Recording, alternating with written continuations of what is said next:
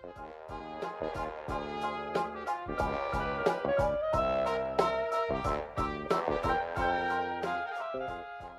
a tutti, benvenuti su Minty Tarot e a un nuovo episodio di Tarot Tips. Oggi parleremo delle nostre carte personali. Cosa sono? Beh, sono quelle che si ricavano dalla nostra data di nascita.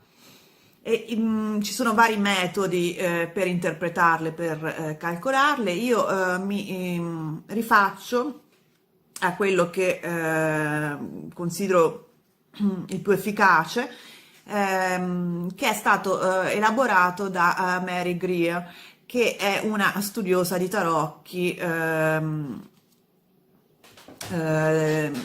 molto popolare nel mondo anglosassone. Bene, lei divideva, considera due tipi di carte personali, che sono quelle della personalità e dell'anima. Quelle della personalità riflettono la lezione evolutiva che dobbiamo imparare in questa vita. Mentre la carta dell'anima è quella che rappresenta la nostra anima che compie un cammino lungo più vite, appunto, e ha uno scopo particolare. La carta dell'anima appunto riflette lo scopo che l'anima deve raggiungere attraverso più vite. Quindi è sicuramente uno spunto di riflessione, anche se non si crede alla reincarnazione. Come si calcolano? Bene, innanzitutto facciamo riferimento agli arcani maggiori e basta, perché sono quelle carte che diciamo rappresentano più la parte evolutiva, danno dei messaggi soprattutto evolutivi. Beh, io ho fatto un esempio, l'ho scritto qua. Praticamente dobbiamo fare la somma delle cifre della nostra data di nascita, ovvero poniamo che una persona sia nata il 7 aprile 1969, beh, la somma fa 1980, quindi l'anno rimane integro, ecco. E poi si deve ridurre il 1980, cioè il numero finale, a una o due cifre, comunque fino al numero 21, che è il numero dell'ultimo arcano maggiore, il mondo.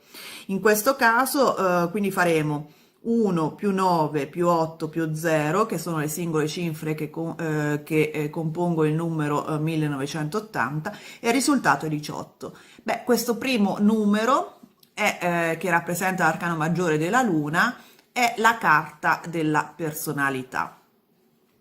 Per trovare la carta dell'anima si deve sommare le due cifre che compongono il numero 18, quindi 1 più 8 fa 9, e questo 9, che è l'eremita in questo caso, rappresenta lo scopo ultimo dell'anima di questa persona, che cerca di raggiungere attraverso più vite. Se il primo numero è una cifra singola, vuol dire che questa carta della personalità coincide con la vostra carta dell'anima. C'è anche un ulteriore caso in cui la somma, il numero della carta della personalità, quindi la somma finale del numero è 19. Beh, in questo caso 1 più 9 fa 10, che può essere ulteriormente ridotto a 1, che vuol dire che la carta della personalità sarà 19, che è il sole, mentre la carta dell'anima sarà composta in realtà da due carte, il 10, la ruota della fortuna, e l'1, il bagatto.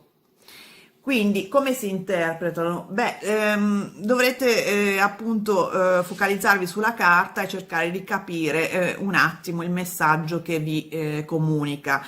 Nel caso della luna e dell'eremita, per esempio, se la luna è la carta della personalità, come nell'esempio che io vi ho mostrato precedentemente, Beh, in questo caso vuol dire che la lezione che si deve apprendere in questa vita probabilmente è quella di superare certe fobie, certe paure, di fare chiarezza perché abbiamo confusione mentale sulle cose veramente importanti della nostra vita.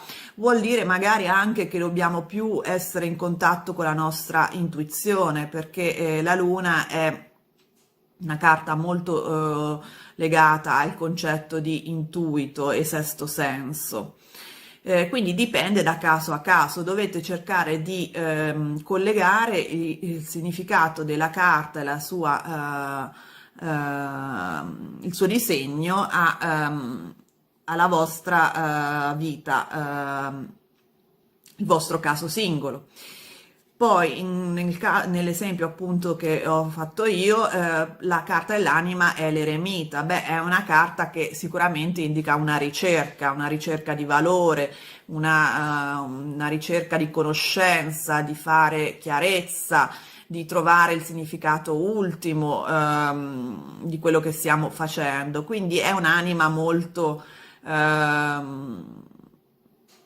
legata a un concetto di ricerca, è un'anima molto progredita che assolutamente sta facendo degli sforzi enormi per migliorare la propria spiritualità in questo caso, attraverso probabilmente l'isolamento o comunque l'interiore, scusate, l'atto di interiorizzare, di guardare dentro se stessi, soprattutto.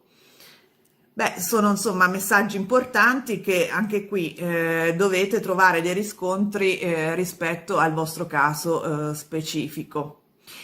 Io vi chiederei di calcolare le vostre carte della personalità e dell'anima e scriverle nei commenti così che possiamo vedere insieme di interpretarle. Con questo video ho finito, se vi è piaciuto mettete il like, iscrivetevi al canale e soprattutto attivate la campanella in modo da non perdere i prossimi. Ciao!